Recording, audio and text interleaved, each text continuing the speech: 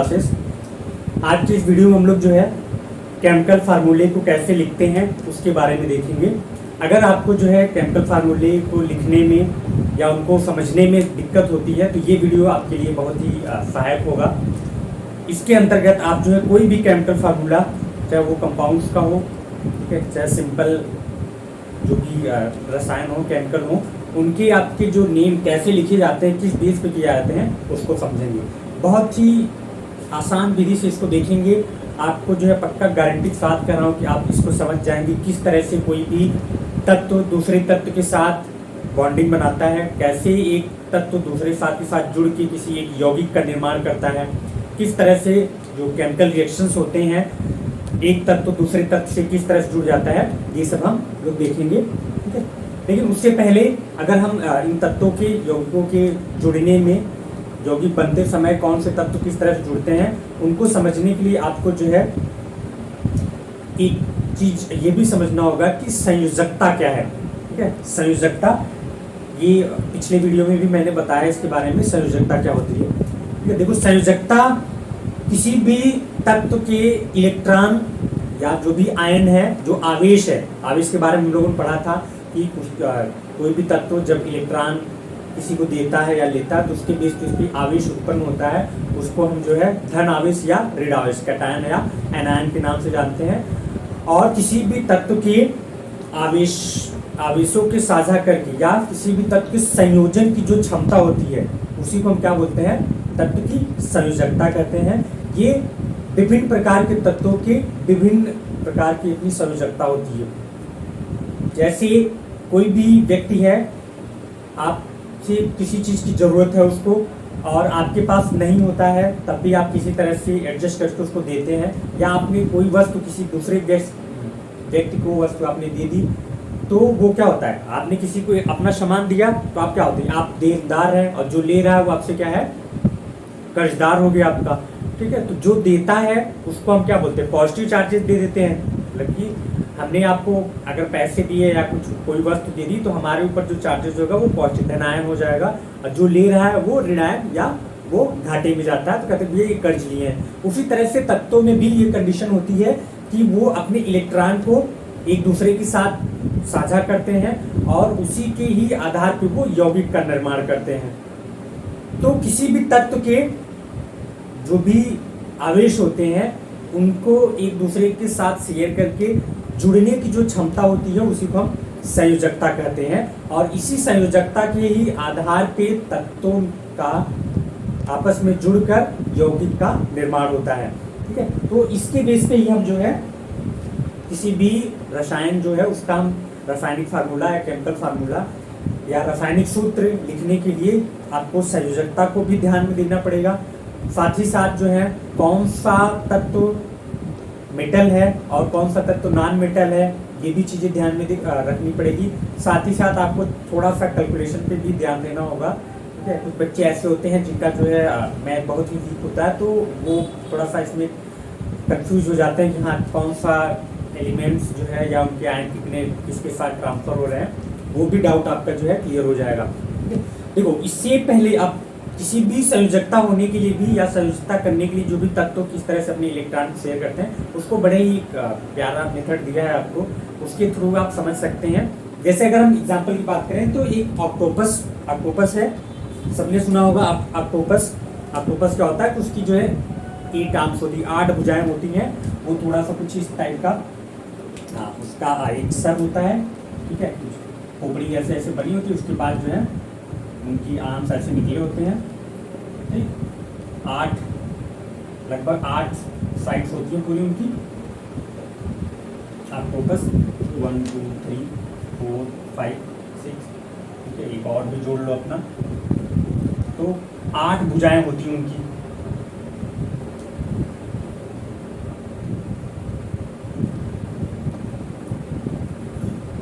ठीक है, तो जो ऑक्टोपस है ये भाई एक समुद्री जीव है, इसको हम जो है कार्डिटा के अंतर्गत करते हैं, सिफेलोकार्डिड्स में आता है।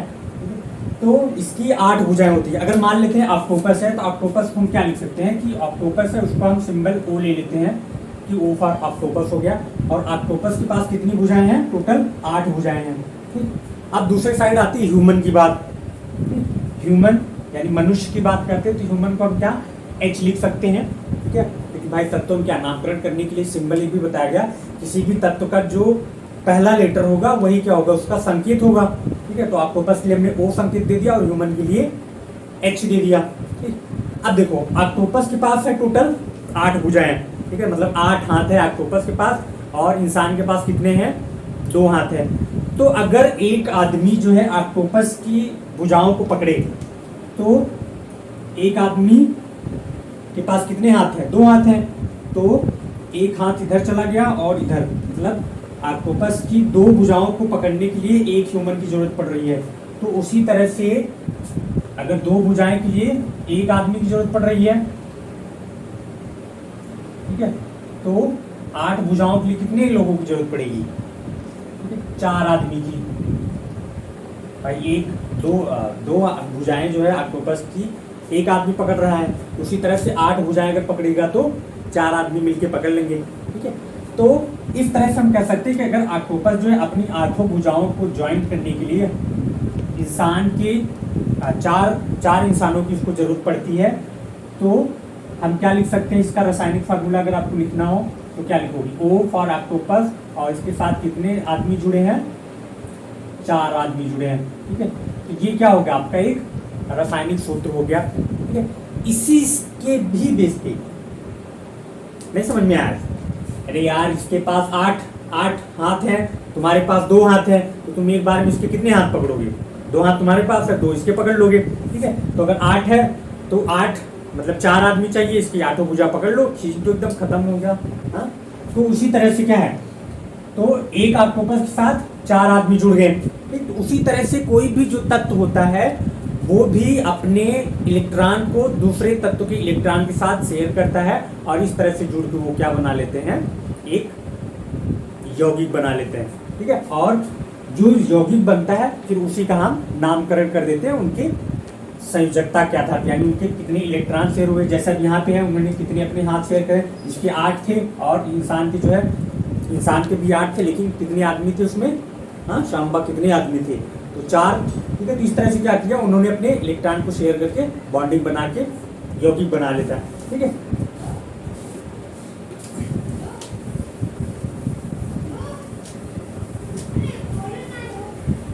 तो कोई भी तत्व जो होते हैं अपने इलेक्ट्रॉन यानी संयोजकता के आधार पे हम उनके नामकरण करते हैं, ठीक है।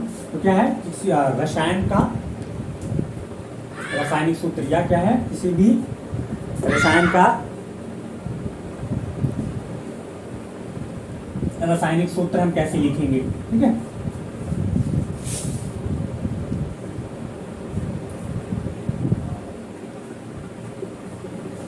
रासायनिक सूत्र लिखना, तो किसी भी रसायन का रासायनिक सूत्र लिखने के लिए पहली कंडीशन क्या होनी चाहिए कि जो भी आवेश हैं, पहली कंडीशन है कि जो उनकी आवेश है या जो आयन है वो क्या होने चाहिए, संतुलित होने चाहिए, ठीक है। आवेश या फिर आयन संतुलित होनी चाहिए,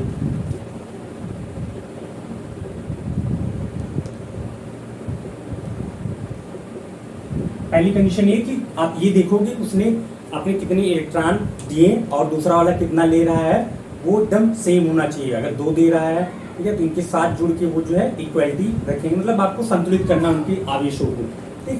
दूसरी कंडीशन कि जब भी आप किसी अगर यौगिक का निर्माण हो रहा है और क्या हो रहा है, एक धातु है और दूसरी अधातु, धातु और अधातु यानी एक मेटल है और एक नॉन मेटल है, ये जुड़ के अगर किसी यौगिक का निर्माण कर रहे हैं, ये दोनों मिलकर अगर किसी यौगिक का निर्माण कर रहे हैं, तो आप सबसे पहले धातु का रासायनिक सूत्र लिखेंगे, मतलब धातु का जो संकेत होगा वो लिखेंगे। तो पहले क्या लिखते हैं, धातु का नाम लिखेंगे, पहले धातु का नाम लिखेंगे, धातु का नाम, उसके बाद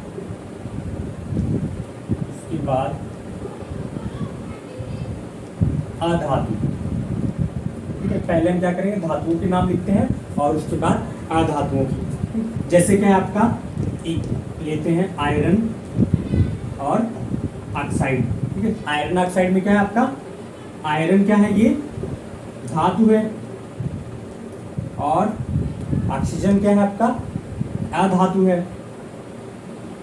ठीक है, तो इस तरह से ये मिलकर क्या हो गया आपका आयरन ऑक्साइड हो गया। ठीक, उसके बाद आप सोडियम क्लोराइड, सोडियम क्लोराइड में भी यही कंडीशन है। सोडियम क्लोराइड में क्या है, सोडियम आपका धातु हो गया, और ये जो क्लोरीन है, ठीक है, क्लोराइड, ये क्या आपका अधातु हो गया। ठीक है, इस तरह से जो है ये जब भी हम इनको लिखते हैं तो जो हमारी धातु हैं, धातुओं के नाम पहले लिखे जाते हैं और अधातुओं के नाम बाद में लिखे जाते हैं। ठीक है, इसी तरह से आप ले सकते हो कॉपर ऑक्साइड। ठीक है, तो इसमें आप देखोगे जो धातु है, हमने क्या लिखा, कॉपर ये भी धातु, सोडियम भी धातु आपका, आयरन भी धातु है। तो धातुओं के नाम हम पहले लिखते हैं और जो अधातु होती है उसको हम बाद में लिखते हैं। ठीक है, दूसरी कंडीशन हो गई। अब तीसरी कंडीशन ये देखना है आपको कि अगर बहुपरमाणविक तत्व आपस में जुड़ के किसी भी यौगिक का निर्माण कर रहे हैं तो उसमें जो आयन होते हैं उसको हम एक ब्रैकेट में लिखते हैं, और उनके आयनों की जो संख्या होती है उसको क्या करेंगे हम ब्रैकेट के नीचे आप नंबरिंग कर देते हो। ठीक, जैसे है आपका मैग्नीशियम हाइड्रोक्साइड, तो MgOH। ठीक है, अब इसमें क्या है, हमने OH को ब्रैकेट में डाल दिया और 2 यहाँ पे लिख दिया। इस कंडीशन क्या है, ये बहुपरमाणविक है, यहाँ पे OH जो है डबल है उनकी संख्या, इसलिए क्या हो जाता है, इस तरह हम कोष्टक बना के उनको अलग कर देते हैं। ठीक है, और इस तरह से हम किसी भी यौगिक का जो है रासायनिक नाम लिख लेते हैं। ठीक, तो ये इसी के आधार पे हम जो है उनके नामकरण करते हैं। ठीक है, तो पहले क्या है, आवेश को संतुलित करेंगे, फिर जो धातु होते हैं उनके नाम पहले लिखते हैं, अधातु के नाम बाद में लिखते हैं, और कोई भी जो आयन है तो आयन को क्या करेंगे, बहुपरमाणविक है तो उनके आयन को हम कोष्टक में लिखेंगे, और उनकी कितनी संख्या है उस कोष्टक के नीचे उसकी नंबरिंग कर देते हैं। इस तरह से हम किसी भी यौगिक का जो है केमिकल फार्मूला लिखते हैं। इसके बाद जो है आपका आता है कि जो सिंपल विधि के थ्रू होता है, मतलब जो एकदम सिंपल वाले होते हैं उसको हम कैसे लिखेंगे।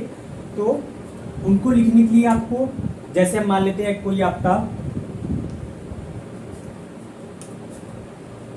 HCl अगर हम ले लेते हैं,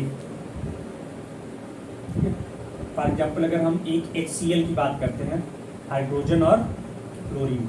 ठीक है, अब देखो इसमें क्या है, ये सरल वाले हैं, इसमें जो है धातु और अधातु की बात नहीं, दोनों क्या है, अधातु है। ठीक है, हाइड्रोजन और क्लोरीन, तो इनकी पहले हम संयोजकता देखेंगे। ठीक है, तो हाइड्रोजन की संयोजकता कितनी होती है, 1, और क्लोरीन की कितनी होती है, ये भी 1 होती है।